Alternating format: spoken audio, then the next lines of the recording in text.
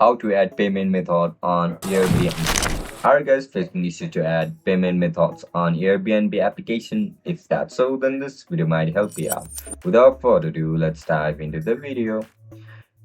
To add payment method on Airbnb app, first of all, open Airbnb application on your mobile device. Once you open the app, just simply log in into your account with your registered email and password.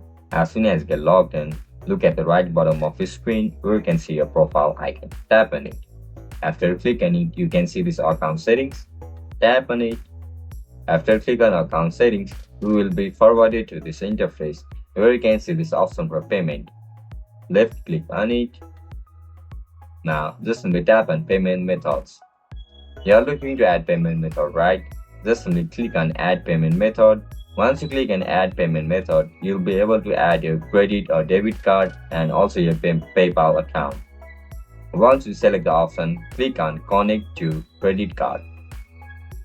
Now in this section, you need to fill up all the details regarding your transaction. Once you fill up all the details, credit card or PayPal account will be linked to Airbnb. That's it guys, that's how you're going to add payment method on Airbnb application.